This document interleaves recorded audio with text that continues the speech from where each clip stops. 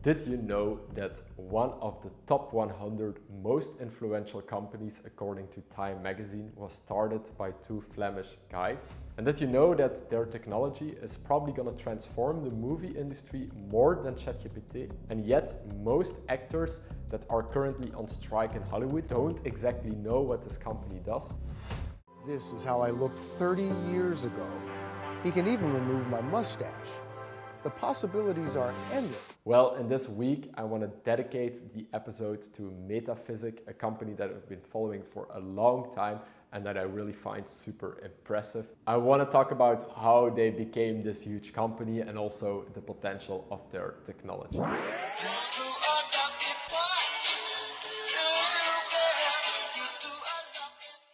Hi, my name is Cedric. Welcome in another week of AI Decoded. Last week I was invited by Hogeschool EP6, which is a college in Flanders, to discuss the impact of AI on education and also to discuss how they can change their business curriculum to better adapt to these new technologies. After this discussion, they organized an event where I got to meet and listen to Chris Ume, which is one of the co-founders of Metaphysic. And he basically told his entire coming up story and what he thinks is the future of synthetic media, also or better known as deepfakes. Well, you maybe don't know Metaphysic, but I'm 100% sure that you saw some of their videos. They participated in British Got Talent. You know our love was meant to be.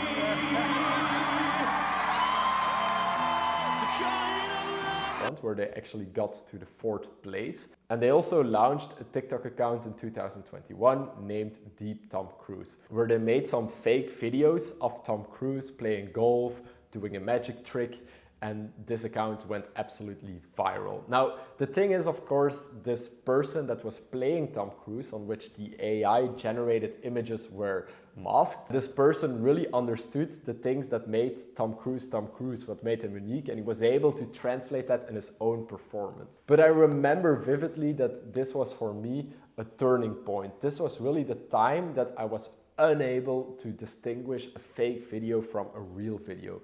And I started researching the company and I realized that the guys that started the company were from very close where I was born, and I immediately got intrigued by what they were doing. Now, their technology has rapidly evolved, and in the presentation that he gave at EP6, he told us that after the introduction of the deepfake Tom Cruise, they immediately got hundreds of phone calls of big Hollywood studios that wanted to do projects with them. And they also got a lot of eyeballs from investors. They were actually able to secure a 7 million funding round led by Capital 32, which allowed them to really grow a team. There are now over 100 people working on big studio projects, like for example the movie Here that is going to come out next year, where in the movie we will get to see Tom Hanks and some other people of the cast age from 20 years old to 80 years old. Now, you might say this technology is not new, and you're right. In a movie like The Irishman, they use the same technology, but they have been able to fine-tune this technology, make it better, and they're actually able to do it live on the set now. So it doesn't only happen in post-production, but on set there is a monitor where the director and the actor can watch their younger self perform, and they can actually adapt their performance to the video feed that they get there. Now, in his presentation, Chris, who is the creative director and really, I would say, a little bit the father of this deepfake Tom Cruise project, he gives a little bit of an insight into the future. And they believe this technology will be able to do much more than only making people younger and older. They believe they have the technology in-house to make perfect translations of movies where the actors still get to keep their own voice, but they're all of a sudden speaking perfect Spanish or perfect Chinese. And there's one video where they show that technology with the song Wake Me Up from Avicii, and it's undistinguishable or it's unnoticeable that it's actually other people singing, and that the voice of this person singing the original song is masked on top of that. Well, that's fine by me. So wake me up when it's all over. You're watching, watching, todo este tiempo tratando de encontrarme yo está perdido. And I really believe them when they say that this technology will allow to create new forms of entertainment. And he, for example, used the example of the ABBA concert in London, where it's holograms that are performing on stage. Well, he said they would be able to take this even a step further. And this comes at a time that Hollywood is in a very strange position. There is the writer's strike and also the actors joined the strike. He had years of overspending. Think about Netflix, Disney and Amazon, which were pouring billions of dollars in the creation of original scripted content for their online streaming platforms. And now all of a sudden there's this pushback to spend less money. And obviously those actors, those writers, they realize that this new technology can help studios make movies more efficiently. And they're right, this technology will allow movies to be made for a far smaller budget and with less people involved. And I understand their concerns.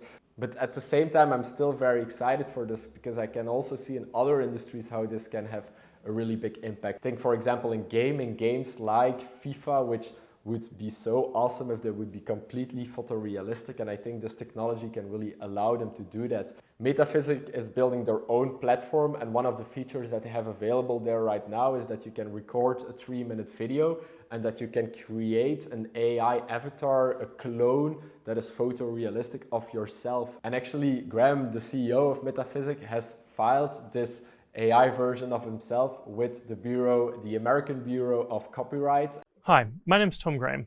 I'm creating this video for the purpose of creating a realistic AI representation of myself. It'll be an AI avatar that is clearly recognizable as me. Even if the appearance of my AI representation of myself changes cosmetically, or if I change my hair or add creative features, my intention is to create an AI version of myself that embodies the essence of who I am as a person under any circumstance. He's trying to do that in a way to show that, well, we can actually create an AI version of ourselves that really embodies the uniqueness of our person, but we can still be an owner of that. And I think that's very exciting. And this will pave a new path that we think about AI-generated content, and that people are actually able to also keep that value that they as a person create to train a model on. And all of these things are really exciting. Now, to bring it back to what I really find fascinating about this company is the fact that it shows that AI technology is still a bottom-up innovation.